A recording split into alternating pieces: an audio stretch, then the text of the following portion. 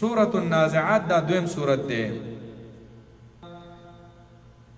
د دې سورت مطلب هم دا دی چې قیامت حق دی، یوه ورځ را روانه ده چې انسانانو سره به حساب کتاب به کېږي، او د قیامت د حقوالي دپاره په دې صورت کې هم یو څو دلایل هغه ذکر کړي.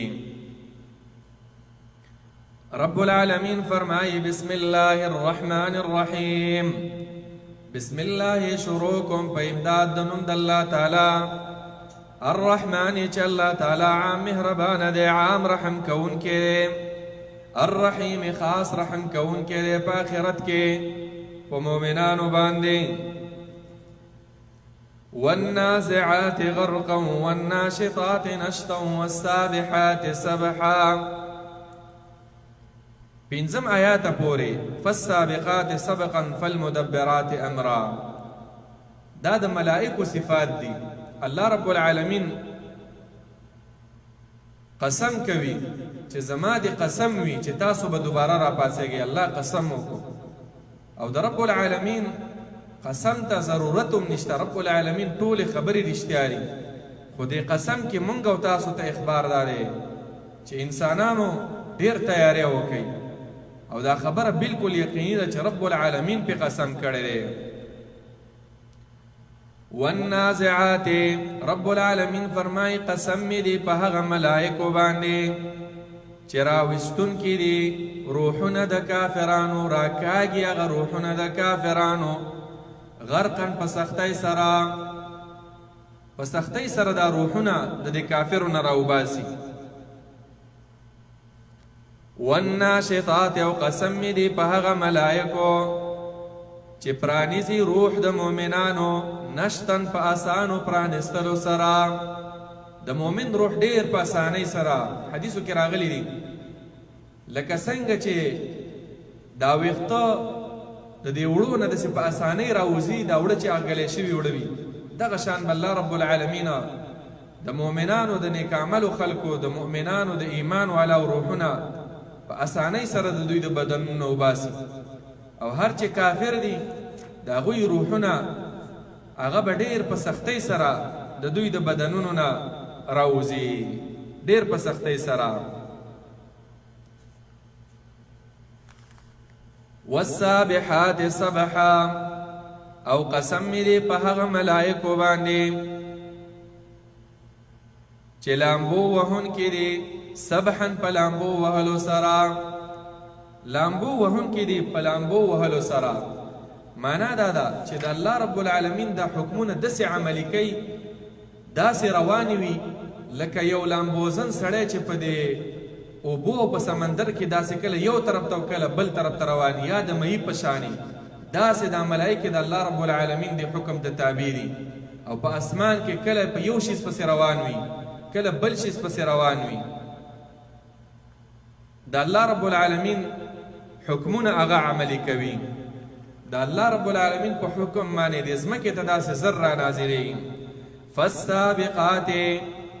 فالسابقات بیا مخکې کېدونکي دي حکم د الله تعالی ته سبقا په مخکې کېدلو سره نه رستو کېږي. رب العالمین چې ورته کوم حکم کوي ډېر مخکې کېږي. فالمدبرات امرا، فالمدبرات بیا انتظام کوونکي دي امرا د بعضې کارونو. الله چې ورته کومه ډیوټي حواله کړې ده هغه ډیوټي ډېره ښکلې ترسره کوي، په هغې باندې ډېر ښکلې عمل کوي. فالمدبرات الله رب العالمین ملائکې مقرر کړي باران را ورولو باندې، په وریځو شړلو باندې، د انسانانو د اعمالو په لیکلو باندې، په جهنم باندې الله رب العالمین ملائکې مقرر کړي دي. نو دا ټول د الله د حکم ډېر سخت تابع او سخت تابعدار دي. فالمدبرات امرا. نو الله قسمونه کړي، جواب د قسم دا دی لتبعثن، خامخا زما د قسم وي رب العالمین فرمایي چې خامخا به تاسو راپورته کولی شئ، ورځ د قیامت له به خامخا تاسو ورځئ. یوم ترجف الراجفه، په هغه ورځ باندې ترجفو چې او به لړزیږي الراجفتو لړزیدونکې. ترجف الراجفه دینه مراد اولنۍ شپېلۍ ده. اوله شپېلۍ چې ووهلی شي دا ځمکه به وخوځېږي. الراجفه نه مراد خوځېدونکې معنا دا ځمکه، دا مضبوطه ځمکه چې دا به داسې خوځېږي چې زیله به نه راځي. اذا زلزلت الارض زلزالها واخرجت الارض اثقالها، ځمکه به په خوځېدو شي، څه چې په دې کې پراته وي دا ټول به راوباسي. دننه دا مړي دننه چې کوم شیزونه معدنیات دي دا ټول به راوغورځوي په خېټه کې چې څه پراته وي. یوم ترجف الراجفه، بیا الله رب العالمین د قیامت هیبت بیانوي چې دا ځمکه چې اوس تاسو پې کورونه جوړوئ دا به ټوله خوځېږي، درزېږي به. یوم ترجف الراجفه، په هغه ورځ باندې چې او به لړزېږي الراجفه لړزېدونکې خوځېدونکې دا ځمکه. د اولې شپېلۍ سره به دا هر څه وجړقېږي او به لړزېږي. تتبعها رابشي، ورپسې الرادفه رستو راتلونکې. الرادفه نه مراد دویمه شپېلۍ به راشي، بیا دویمه شپېلۍ به بیا راشي. د اولې شپېلۍ او د دواړو شپېلیو ترمنځه 40 کاله فاصله ده. انسان چې دی دا ټول هلاکیږي، د انسان په دې لاندې لکه مني کې د املا دا تیر اخیرنۍ حصه چې ده لکه منی دونه وړوکې اډوکې شان دی، کرپندکې عربي کې هغې ته عجب ویلی کېږي. دغه عجب د انسان دا نه خاورې خاورې کېږي، دا الله ته معلوم وي. په دې انسانانو باندې به په دې لکه مني به باران کېږي او داسې باران به وي. حدیث کې راغلی کمنی الرجال، لکه د نارینه او دا اوبه چې دي نطفه د کم نه چې ماشوم پیدا کېږي، دا به باران چې دی دا به په دغه لکه مني باندې لګېږي او د هغې نه به د انسان دوباره را ژوندی کېږي لکه څنګه چې الله را پیدا کړی و اول. حدیث کې دا راغلی. امام ابن القیم رحمه الله په قصیده نونیه کې لیکلي مطرا غلیظا ابیضا متتابعا 10 و10 بعدها 10. باران به وشي ډېر ټینګ باران به وي. حدیث کې راغلی په شان ته د نطفې د اوبو د نارینه او دغه باران به راورېږي په دې عجب باندې د دې نه به دا انسانان راپورته شي بیا د دویمې شپېلۍ سره.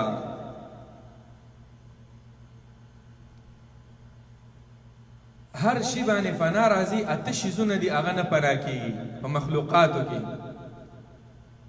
8 شیزونه هغې باندې فنا نه راځي.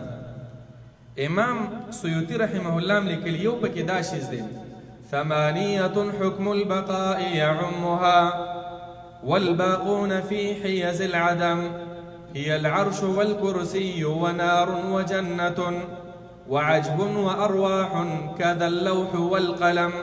8 شیزونه دي په مخلوقاتو کې دا نه تباه کېږي، ټول شیزونه فنا کېږي. هغه څه شی دي؟ هي العرش، عرش باندې فنا نه راځي. والکرسي، کرسي به هم داسې وي د الله رب العالمین عرش د الله کرسي. جهنم او جنت دې باندې فنا نه راځي.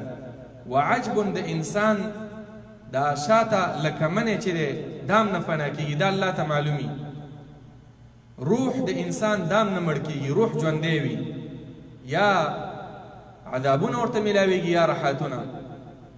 وعجب وارواح کذا اللوح والقلم، لوح محفوظ هغې باندې هم نه راځي او قلم چې الله پیدا کړی دا د حدیثونه دا خبرې ثابتې دي.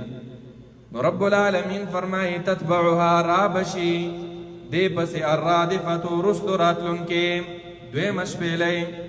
قلوب زړونه به یومئذ په دغه ورځ باندې واجفتون ډېر درزېدونکي به وي. واجفتون درزېدونکي به وي دا زړونه. زړونه مراد زړونه د کافرانو دي. یا خدا معنا ده چې په کم وخت کې قیامت قایمیږي نو بیا زړونه د کافرانو مراد دي، ځکه په هغه وخت کې مسلمانان نه وي. حدیث کې راغلی دی چې قیامت به په نیکانو خلکو باندې نه قایمیږي. شر الناس بد عمله خلک چې کوم وي هغه به پاتې شي لا اله الا الله کلمه به ختم شي د دنیا نه کعبه به ورانه شي نو بیا به قیامت قایمیږي قیامت به بیا قایمیږي نو په دغه وخت کې د دوی دا زړونه به ډېر درزیږي واجفتون درزیدونکي به وي او یا د قیامت ورځ چې کله قیامت قایم شي هر انسان به درزیږي داسې یوه سخته ورځ ده چې ما سره به څه کېږي واجفتون درزیدونکي به وي یریدونکي به وي ابصارها خاشعتون او زړونه به په دغه وخت کې درزیدونکي وي ابصارها او سترګې به د هغوی خاشعتون کوزې به وي لاندې به وي سترګې به یې ټیټې نیولې وي بیا د ډېر هیبت د وجې نه او د خجالتیا د وجې نه سترګې به هم ټیټې وي د کافرانو یقولون وایي دوی ائنا لمردودون ایا مونږ به واپس کړی شو فی الحافرة په هغه زوړ حالت ته دنیا کې اوس دا قصې کوي که نه چې دا خو ناممکنه ده چې مونږ د دوباره ژوند به مونږ ته رامیلاویږي او مونږ نه به هر څه زاړه زاړه شوي وي او هډوکي چې کوم دی هغه خاورې خاورې شوي وي زره زره شوي وي او دا خو به مونږ بیا ډېر تاوان وکړو یو بل سره به مسخرې کولې د پیغمبر د خبرو پسې اوس هم دا کافر داسې دي د قیامت دا ورته ګپ ښکاري رب العالمین فرمایي ولې به زړونه درزیږي ولې به دوی سختو عذابونو کې وجه دا ده یقولون وایي دوی ائنا ایا مونږ لمردودون ایا مونږ به واپس کړی شو فی الحافرة زوړ حالت ته حافره زوړ حالت یعنی دنیا ته چې موږ مړه شو د قبرونو نه دوباره به موږ راژوندي کېږو دا خبرې به دوی د انکار د وجې نه کولې یعنی یقین یې نه و په دې خبرو باندې اذا كنا عظاما نخرا ایا کوم وخت کې چې شو مونږه عظاما اډوکي نخرا نخرتن زاړه نخرتن دویمه ترجمه زری زری دوانه صحیح دي ښه چې یا اډوکي زمونږ زاړه زاړه شي او دارنګې زره زره شو نو مونږ به ولې دوباره راپاسېږو نو د دې نه انکار کوو رب العالمین فرمایي قالوا وای دوی تلک اذن وای دوی دا په دغه وخت کې کرتون دغه وخت چې دی اذن دغه وخت کرتون دوباره راتلل چې دی خاسرتون تاواني تلک اذن دغه وخت چې دی کرتون دوباره راتک دا خو به تاواني دي تاواني دي معنا به خو به هر څه ختم شوي زموږ مالونه او دا د خپل مال ته لکه سړی لاس ونیسي چې دا بلډنګونه او دا هر څه ماتېدل ختمېدل او دا فنا کېدل دا خو ټول ناممکنات دي دې کافرو به دا خبرې کولې نو رب العالمین فرمایي فانما هي زجرة واحده الله ته ډېر اسانه ده دا مضبوط اسمانونه دا به راوغورځوي دا ځمکې دا به وشوکوي په دې به زلزله راشي دا غرونه به ختم شي فانما هي نو یقینا دا خو زجرة واحده چغه وه یوه چغه وه زجره آواز او چغې ته ویلی کېږي مراد د دې نه چې کوم دی هغه دویمه شپېلۍ ده چې ټول انسانان هغه به دوباره راپورته کولی شي او د اولې شپېلې سره به دا ټول هر څه دا به ختمیږي فاذا هم بالساهره نو دغه وخت کې به دا انسانان بالساهره په ډاګه باندې پراته وي ساهره د ځمکې د مخ ته ویلی کېږي چې صفا میدان چې دا دویمه شپېلۍ ووهلی شي ټول به په دې میدان پراته وي ټول به پراته وي بیا بالساهره نو د دې په دې خبرو باندې رد شو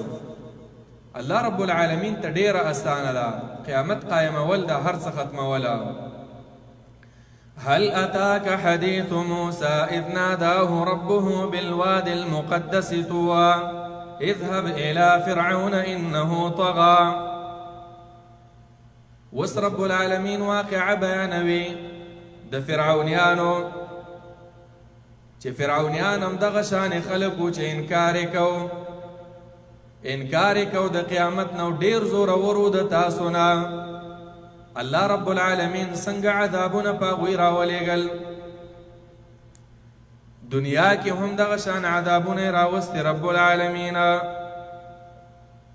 او په آخرت کې هم د هغوی دپاره عذابونه دي. نو که څوک انکار کوي دنیا هم برباده ده او آخرت هم برباد دی. رب العالمین فرمایي هل اتاکا،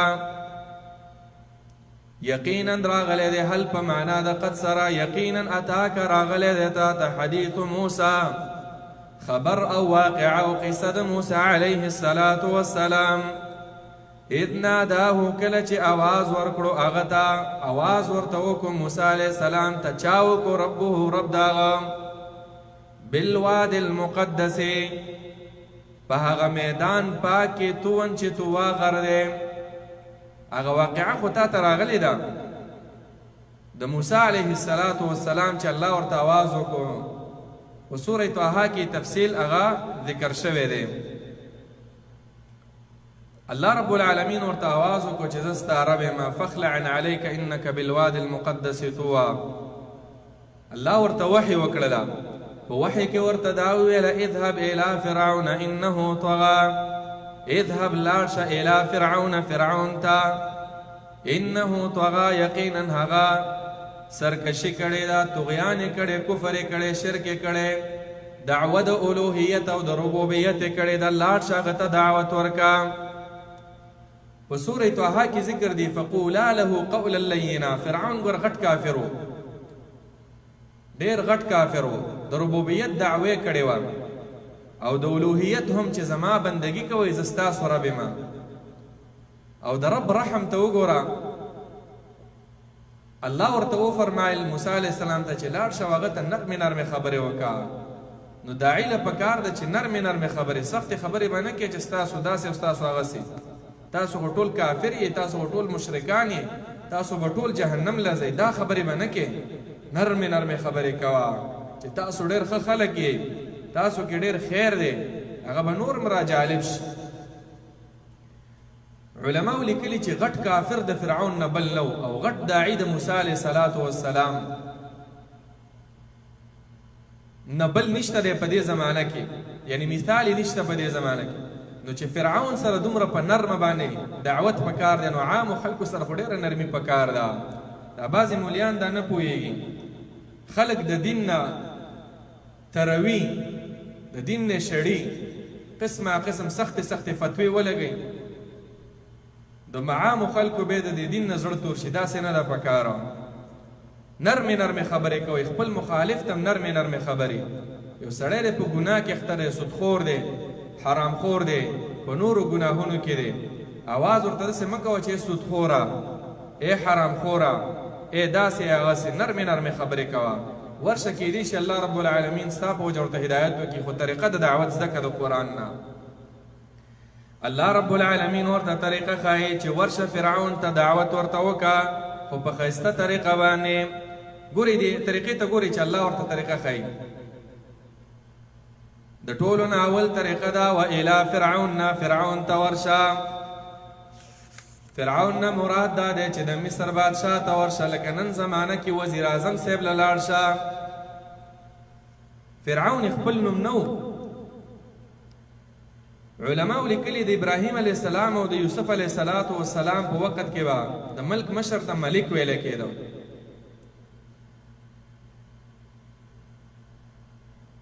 د فرعونیانو په دور کې به بیا د ملک مشر ته چې دی هغه فرعون ویلی کېدو.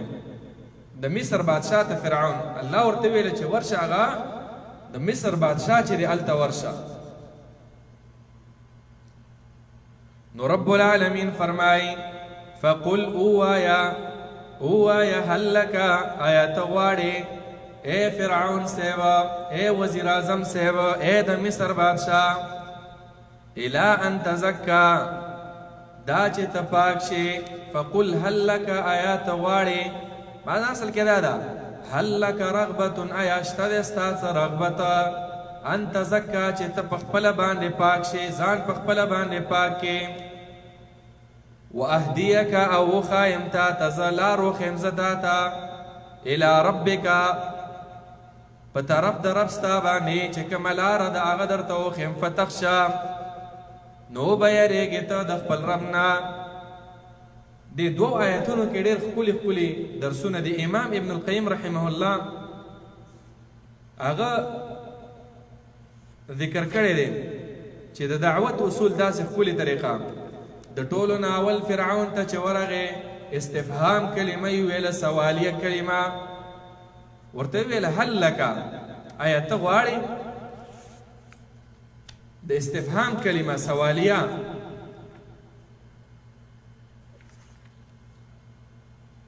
داسې ورته ونه ویله چې زما خبرې واوره. لکه ابراهیم علیه السلام ملمانه چې راغلي وو هغه ورته ویلي الا تاکلون، خوراک نه کوئ، داسې ونه ویله چې کولو خوراک وکئ. الا ان تزکا کې ورته وویله چې تزکا زکات اصل کې ویل کېږي زیادت، پاکواله، برکت. دا غواړي چې تا کې زکات راشي، پاکواله راشي او ته په خپله باندې ځان پاک کړي. دا یې ورته ونه ویله چې زه به دې پاک کړم، راشه چې زه دې پاک کړم، راشه چې زه درته دا وښیم. دا ټول د تکبر کلمات دي، ښکلې ښکلې کلمه. دا غواړي چې ته پاک شي. و اهدیک، او زه به لار درته وښیم. اهدیک معنا دا ده زه به درنه مخکې روان یم، ټولې لارې به درته صفا کوم، ستا خدمت به کوم. الی ربک، رب ورته ویو الی ربک چې ته رب نه یې، رب هغه دی چې ته یې پیدا کړې. تا خو خلکو ته ویلي چې انا ربکم الاعلی، حقیقت کې هغه رب دی ستا. دومره په نرمه الفاظو خپل دعوې ورته ذکر کړله. او په آخره کې ورته ویله فتخشا، چې کله په صحیح لار روان شوي نو ته به الله وپېژنې. چې الله دې وپېژنده نو د الله رب العالمین نه به ستا یره پیدا شي د هغه د عذابونو نه. نو داسې ښکلې ښکلې طریقو سره دعوت کوئ. رب العالمین فرمایي فقل اوایا هل لک، آیا ته غواړې ای فرعون صیبه الی ان تزکا، دا چې پاک شې ته، و اهدیک، او لار وښیم تا ته، الی ربک، طرف د رب ستا ته، فتخشا، نو به یریږې ته. فاراه الآیة الکبرى، نو اخودل موسی علیه السلام فرعون ته الآیة الکبرى، هغه نښه لویه. نښه لویه ډېرې نښې وې خو مراد ترې نه دلته عصا ده، امسا. امسا یې ورته وغورځوله د هغې نه ډېر ناشنا ناشنا سحرونه چې دې کافرو کړي وو هغه ټول یې ختم کړله. الآیة الکبرى، الله رب العالمین ورته الآیة الکبرى وویله. وجه دا ده چې دا ډېره لویه نښه وه. یو خو دا د امسا د لرګي نه جوړې، د لرګي نه حیوان جوړېدل دا ناشنا کار دی که نه دی؟ ژوند راتلل په جماعت کې، جماعت معنا په ګټه کې، په لرګي کې، به د هغې اجزا جوړېدل، خپې، غاښونه وغیره، دا ټول اجزا. مار خو خپې نه وي، خو مطلب دا چې یعنې رفتار کولی شي. به ډېر ماران هغه یې تیر کړل. دا ټول دلالت کوي چې دا ډېره ناشنا او غټه معجزه وه. تفصیل مخکې تیر شوی سوره اعراف کې. نو چې نښه ورته وښودله فرعون څه وکړه پسې د دې چې خبره ومني. فکذبه، نو تکذیب یې وکړو، دروغجن یې وګڼو موسی علیه السلام چې ته دروغ وې، ته دروغجن یې. وعصا، او نافرماني یې وکړله. ثم ادبر یسعى، نو بیا یې شا وګرځوله، یسعى، کوشش یې کو. شا یې وګرځوله معنا موسی علیه السلام ته حق طرف ته شا وګرځوله، ویې نه منو دا حقه. یسعى، کوشش یې کو په مقابله د موسی علیه السلام کې، او فساد یې کو په ځمکه کې. کوشش یې کو، دا کوشش یې کو چې ګناهونه یې کول. دویمه ترجمه دا ده چې کله یې دا نښه ولیدله نو ادبره، نو شا باندې روان شو، منډې یې کړلې. یسعى، منډې وهلې. په اوله ترجمه هغه راجحه ده. فحشر فنادا، نو راجم یې کړل، خلک یې راجمه کړل. فنادا، آواز یې وکړو.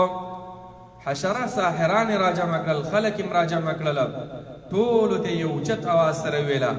فقال، وی ویله انا ربکم الاعلی، زه ستاسو رب یم الاعلی، اوچت. زه ستاسو هغه اوچت رب یم، زما بندګي کوئ او د موسی علیه السلام بندګي مه کوئ.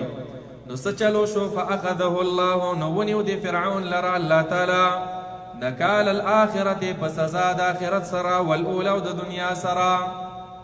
الله رب العالمین هم په دنیا کې ورله سزاګانې او هم په آخرت کې ورله سزاګانې هغه تیارې کړي نکال الاخرة والاولا. بعضو مفسرینو لیکلي دي چې د الاخرة والاولا نه مراده هغه څه شی وایي نکال الاخرة هغه سزا د دې رستنۍ خبرې دا وه چې انا ربکم الاعلی په دې الله تعالی راونیو والاولا او هغه مخکنۍ خبره فکذب وعصا چې تکذیب یې کړی و یا والاولا نه مراده هغه اولنۍ خبره چې هغه په مخکې صورتونو کې هغه ذکر شوې ده. مخکې صورتونو کې هغه داسې ذکر شوی په سوره قصص 38 نمبر آیات کې چې دې فرعون به د خپلو کسانو ته ویل ما علمت لکم من اله غیري ستاسو دپاره سوا زما نه بل معبود برحق نشته دی. نو یوه هغه مخکنۍ خبره وه یوه دا رستنۍ خبره وه په دې دواړو الله تعالی راونیوله. راجح تفسیر هغه همدغه دی چې په دنیا او په آخرت کې به الله عذابونه ورکوي. نو معنا دا شوه فاخذه الله نو پس ونیو ده لره الله تعالی نکال الاخرة په سزا د آخرت والاولا او په دنیا سره. ان فی ذلک یقینا په دې کې لعبرة خامخا عبرت دی لمن د پاره د هغه چا یخشا چې یریږي چې د چا په زړه کې د الله رب العالمین ویره وي نو په دې واقعه کې د دې انسان د پاره عبرت دی. څومره ډېر مالونه یو بادشاهو څومره ډېر غلامانو په لکونو باندې د ډېرې رقبې مالک و خو د هغې باوجوده نه ورته د مال او نه ورته د اولاد او نه ورته د خادمان او نوکرانو هیڅ شي ورته فایده ورنه کړه او رب العالمین راونیو او په دې سمندر کې ورډوب کړه او په جهنم کې به هم د دوی دپاره ادخلوا آل فرعون او دې جهنم ته به داخلې رب العالمین سخت سخت عذابونه به ورباندې سکي. أأنتم أشد خلقا أم السماء بناها رفع سمكها فسواها. په دې آیاتونو کې الله رب العالمین دلیلونه ذکر کوي چې بعث بعد الموت د قیامت ورځ دا حق ده او تاسو به خامخا دوباره راپورته کیږئ. واورئ دلائل. أأنتم آیا تاسو اشد ډېر کلکې خلقا په پیدایش ام السماء او که اسمانا تاسو ډېر مضبوط یې د پیدایش په لحاظ باندې که اسمان بناها چې جوړ کړی دی رب العالمین د اسمان لرا رفع سمکها پورته کړی دی سمکها چت داغې پورته بری جوړ کړی دی ډېر بره هغه چت داغې فسواها نو برابر کړی دی. اسمان کې لږ سوچ وکئ که نه چې الله رب العالمین څومره یو مضبوطه مخلوق هغه پیدا کړی دی او بیا یې برابر کړی دی. برابر معنا دا ده فطور پکې نشته چاونه پکې نشته سوري پکې نشته دی. اشاره د دې خبرې ته چې د قوت والا ذات هغه الله تعالی دی. نو داسې قوت والا ذات چې داسې قوي قوي خلک یې تباه کړي دي تاسو هم تباه کولی شي. نو هغه رب العالمین داسې قوي ذات هم دی چې دا اسمان پیدا کړی ځمکه پیدا کړی او دا اسمان او ځمکه دا به واپس هغه ړنګ ړنګ کي. قدرت د رب العالمین هغه دا دی. نو رب العالمین فرمایي واغطش لیلها واغطش تیاره کړې ده لیلها شپه د هغې واخرج او راښکاره کړې ده ضحاها هغه وخت د ساخت د هغې یعنی شپه الله رب العالمین تیاره کړې ده او سبا چې کوم دی هغه الله رب العالمین رڼا کړی دی. دا ټول د الله رب العالمین قدرتونه داسې یو ذات دی. والارض بعد ذلك او ځمکه اوس الله هغه لاندې دلایل ذکر کوي. اسمان کې سوچ وکئ داسې مضبوط نظام رب العالمین جوړ کړی نور او سپوږمۍ پکې پیدا کړې شپه او ورځ رب العالمین پیدا کړې ده ځمکه پیدا کړې ده. والارض بعد ذلك او ځمکه چې دا بعد ذلك پس د دینه دحاها غوړولې ده رب العالمین. بعد ذلك دحاها غوړولې ده ځمکه الله تعالی د اسمان نه مخکې پیدا کړې ده خو غوړولې وروستو ده. بیا قرآن کې رب العالمین فرمایي هو الذي خلق لكم ما في الأرض جميعا ثم استوى إلى السماء فسواهن 7 سماوات. الله رب العالمین ستاسو لپاره اول ځمکه پیدا کړې وه، بیا رب العالمین اسمانونه پیدا کړل. نو دلته په دې آیات کې بعد ذلک معنا ده د اسمانونو د پیدایش نه وروستو هغه غوړوالی د اسمان غوړول د دې ځمکې چې د دې دپاره چې برابره شي د اوسېدو قابله شي، دا وړېدل د دې ځمکې، برابرېدل د دې ځمکې، قابل د سکونت د اوسېدو، دا د اسمان د پیدایش نه وروسته نو. په دې کې څه اعتراض دي، بعضې خلک وایي چې دلته څنګه راغلي بعد ذلک، د حانه معنا غوړېدل. دا تفسیر عبدالله ابن عباس رضی الله تعالی عنه کړی او دا تفسیر صحیح دی. معنا دحوها معنا دا ده چې غوړول د دې ځمکې، نه پیدایش. پیدایش یې مخکې شوی و. اخرج منها راویستلی رب العالمین د دې ځمکې نه ماءها اوبه د هغې، ومرعاها او ګیاګانې د هغې. د ځمکه کې دننه رب العالمین اوبه پیدا کړي، د چینو اوبه، د سیندونو اوبه، د ګټو اوبه د ګټو نه راوځي، دا ټول د دې ځمکې اوبه دي، د کویانو اوبه. ومرعاها او ګیاګانې د هغې اوبه یې پیدا کړي دي. مرعا نه مراد بوټي دي، ونې دي چې انسانانو د پیدې دپاره. د دې ونو بوټو نه انسان ډېرې فایدې اخلي که نه، جامې هم ترې جوړوي، لکه پړم جوړېږي دا د پنبې نه، او دا د ونې په ونه کې دا پیدا کېږي. ګیاګانې هم الله ذکر کړی د دې دپاره چې ستاسو څاروو ته هم ضرورت دی، دا څاروي هم دله الله پیدا کړي، د هغې بندوبست هم رب العالمین کړی. وروستو راځي متاعا لکم ولانعامکم کې. والجبال او غرونه رب العالمین ارساها ودرولې دي، مضبوطې ودرولې دي دا غرونه په شانته د میخونو لکه مخکې ذکر شو. والجبال اوتادا، دا هم الله رب العالمین ودرولې ده مضبوط مضبوط غرونه. متاعا لکم د پاره د فایدې ستاسو ای انسانانو، ولانعامکم او د پاره د څاروو ستاسو. دا مرعاها ګیاګانې د پاره د څاروو ستاسو، او نور عامې فایدې دا ستاسو دپاره. معلومه دا شو چې دا دنیا رب العالمین د انسانانو د پیدې دپاره پیدا کړې ده، او انسان یې پیدا کړی د خپلې بندګۍ دپاره. خو که انسان سوچ او فکر وکړي، په سوره طه کې رب العالمین فرمایي کلوا ورعوا انعامکم، خوراک کوئ د دې ځمکې نه، د ځمکې د دې نعمتونو نه. ورعوا انعامکم او څروئ خپل هغه څاروي په دې ځمکه کې چې ګیاګانې وخوري. ان فی ذلک لآیات لأولی النهی، په دې ټولو نښو نښانو کې د عقلمندو خلکو دپاره نښې د قدرتونو پرتې دي. فإذا جاءت الطامة الكبرى، وس رب العالمین ویره ورکوي خپلو بندګانو ته چې د آخرت ورځ را روانه ده، ویرېږئ د هغې ورځې نه. فإذا جاءت، نو پس هر کله چې راشي، الطامة الكبرى هغه هنګامه لویه، مصیبت لوی راشي. طامه غټ مصیبت ته ویلی کېږي. طامه اصل کې هغه سیلاب ته ویلی کېږي چې کله راشي او هر څه هغه ډوب کړي، کورونه، دیوالونه، کویانه، چې هر څه داسې اوار کړي.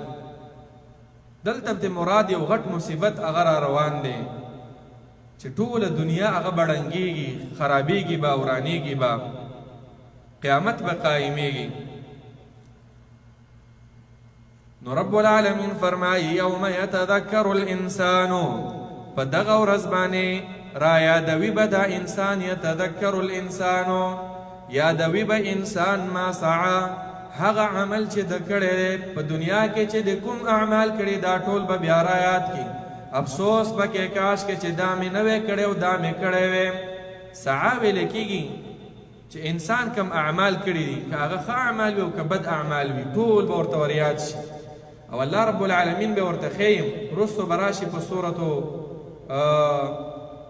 الزلزله کې، سورة الزلزال، فمن يعمل مثقال ذرة خيرا يرى، چا چې نیک عمل کړو که د ذرې برابر هم به ویني، چا چې بد عمل کړو د ذرې برابر هم به ویني په ورځ د قیامت باندې. نو انسان به خپل ټول اعمال ځان ته رایادوي چې موږ خو ګپ ګڼو دا قیامت، دا خو حقیقت کې راغی. وبرزت الجحیم، ښکاره به کړی شي جهنم لمن یرا، هغه چا لره چې ویني. ټول لیدونکو انسانانو ته به راښکاره شي مومنان بهم ویني کافر بهم ویني جهنم براشي او جهنم به ډېره غړمبا کوي او را روان به وي. حدیث کې راغلی نبی صلی الله علیه وسلم فرمای چې دا جهنم دا 70,000 زمام لري او یا زرا پړو کې به روان وي او یو پړی پسې وي او یا زر ملائکه هغه نښتې وي راکش کوي وي دا جهنم او غړمبا به کوي چې دا انسانان راوغورځوه. ګوره یوه فرشتې له الله دا قوت ورکړی چې دا ټول غرونه په دې بل طرف راواړوي چې په یو پړي پسې او یا زره ملائک نښتې وي. ته ووایه چې دا جهنم به څومره دروند وي. هر انسان به ویني.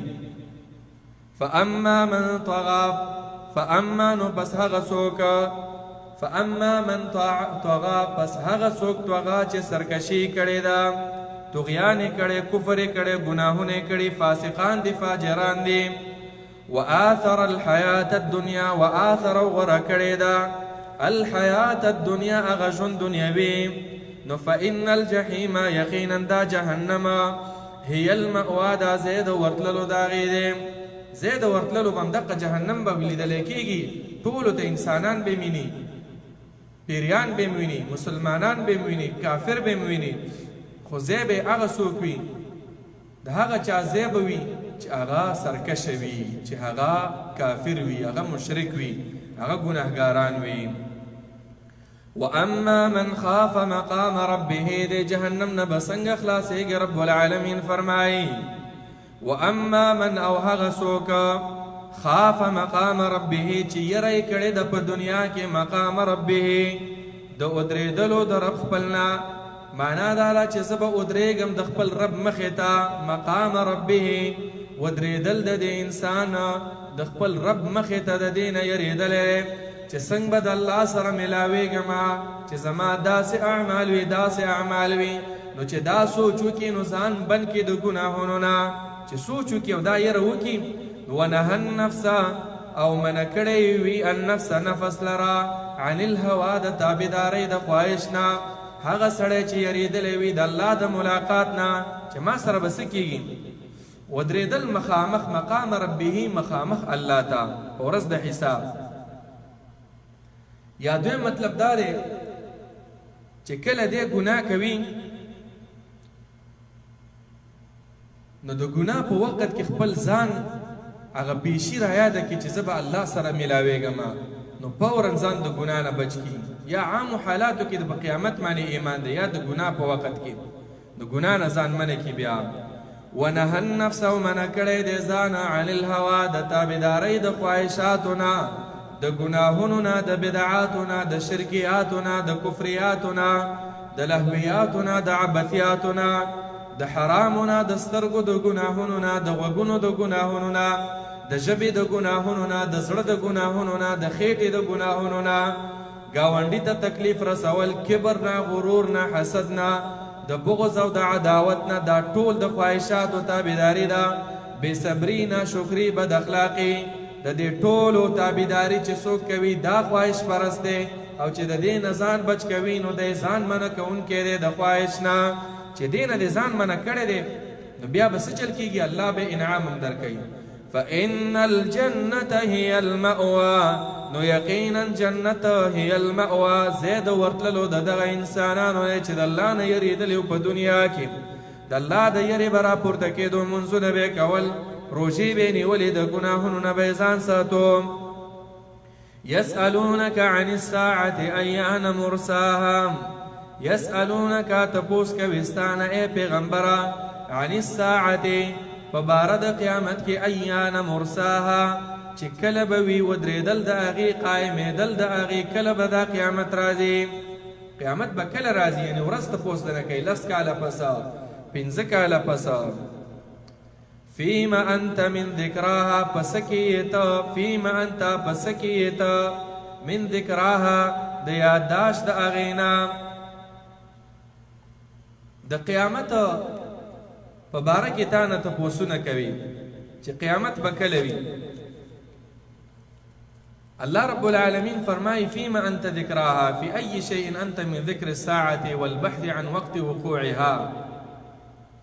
نه د دې تپوس مه کوئ چې کله دی قیامت، په کله کې فایده نشته دی، بلکې تپوس په دې کې چې قیامت ته څنګه تیاری وکړم. صحابي راغی که نه، نبی علیه السلام نه تپوس وکړو متى الساعه، قیامت کله دی؟ نبی علیه الصلاة والسلام ورته ویل ماذا اعددت لها، تپوس دا مه کوه چې کله دی، دې باره کې تپوس وکړه چې څه تیاری وکړم قیامت ته.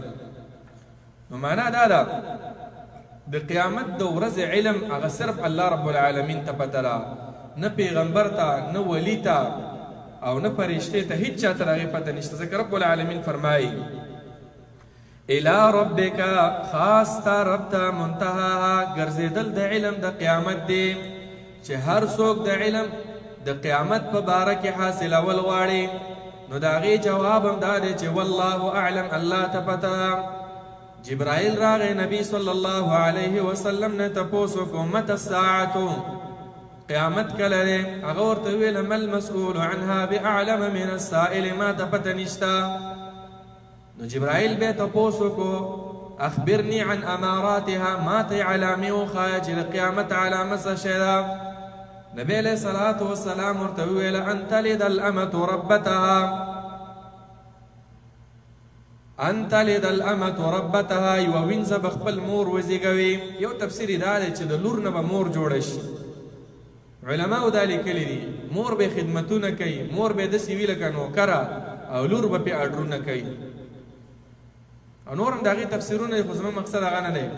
دویم نبی علیه الصلاة والسلام ورته وفرمایل وان ترى الحفاة العراة العالة، هغه خلک چې هغه به خپې بلخپې ګرځېدل، په بانډو کې به اوسېدل، غریبانانو ډېر زیاته، او دارنګې ګډې بزې به څرولې شپونکیانو، یتطاولون فی البنیان، ډېر اوچت اوچت بلډینګونه به جوړوي، فخر به کوي چې دا 100 چته بلډینګ دی، دا 10 چته دی. او نن سبا وګورئ څومره چې مالداره خلک دي دغه د بانډه چین دي په هر ځای کې، هم په عربو کې هم په عجمو کې.